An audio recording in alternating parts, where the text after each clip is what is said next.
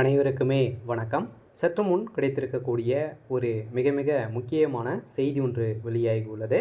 சற்று முன் கண்ணீருடன் ஸ்டாலினுக்கு என்ன ஆச்சு? கதரும் அறிவாலயம். இது மாதிரி பார்த்தீங்கன்னா செய்திகள் வெளியாக இருக்குது. இப்போ அதிரடியாக நேற்று நடந்ததுன்னு சொல்லி இப்போ ஒரு மிகப்பெரிய மாநாடு திருச்சியில் நடைபெற்றது.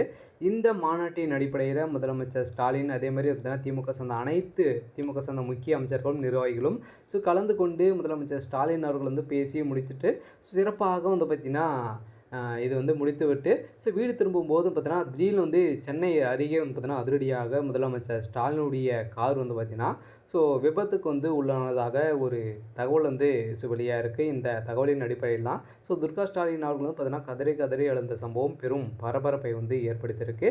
இது உண்மையா அப்படின்றத தொடர்ந்து வீடியோவில் பார்க்கலாம். அதுக்கு முன்னாடி நம்மளுடைய சேனலுக்கு இப்போ தான் நீங்கள் முதல் முறையாக வந்திருக்கீங்க அப்படின்னா மறக்காமல் நம்மளுடைய சேனலை சப்ஸ்கிரைப் பண்ணி சப்போர்ட் பண்ணுங்கள். வாங்க வீடியோக்குள்ளே போகலாம். பார்த்தீங்கன்னா இப்போ முதலமைச்சர் ஸ்டாலின் அவர்கள் நேற்று பார்த்தீங்கன்னா திருச்சியில் ஒரு மிகப்பெரிய மாநாடு நடந்தது. இந்த மாநாட்டில் ஏற்கனவே பார்த்தீங்கன்னா கலந்து கொண்டு போதே இந்த மாநாடு நடத்தக்கூடாது அப்படின்ற மாதிரி நிறைய எதிர்ப்புகளாக பார்த்தீங்கன்னா இந்த மாநாட்டுக்கு வந்ததாகவும் முதலமைச்சர் ஸ்டாலின் அவர்கள் பார்த்தீங்கன்னா அந்த மாநாட்டில் கலந்து கொண்டும் போதே பார்த்தீங்கன்னா அவருடைய கார் விபத்துக்கு உள்ள போகிறதாக ஒரு தகவல் வெளியேறிச்சு. அந்த கூட்ட நெரிசலின் காரணமாக பார்த்தீங்கன்னா அதிரடியாக அவருடைய கார் விபத்துக்குள்ளே உள்ளானது.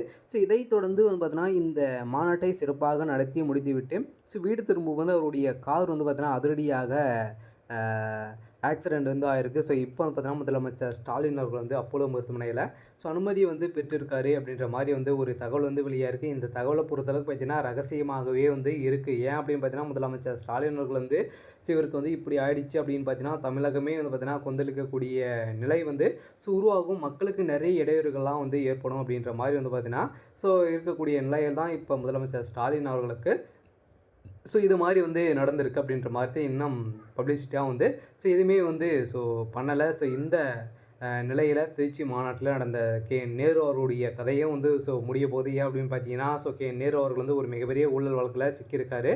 அதே மாதிரி அவருடைய திருச்சியில் அவருடைய கோட்டையாக வைத்திருக்கக்கூடிய நேரு அவர்களுக்கு இப்போ பார்த்தீங்கன்னா இந்த மாநாட்டில் அவருக்கு நிறைய எதிர்ப்புகள் கருப்பு கொடி காட்டியும் திமுகவினரை பார்த்தீங்கன்னா அவமானப்படுத்தக்கூடிய நிலை அங்கே உருவாகியிருக்கு.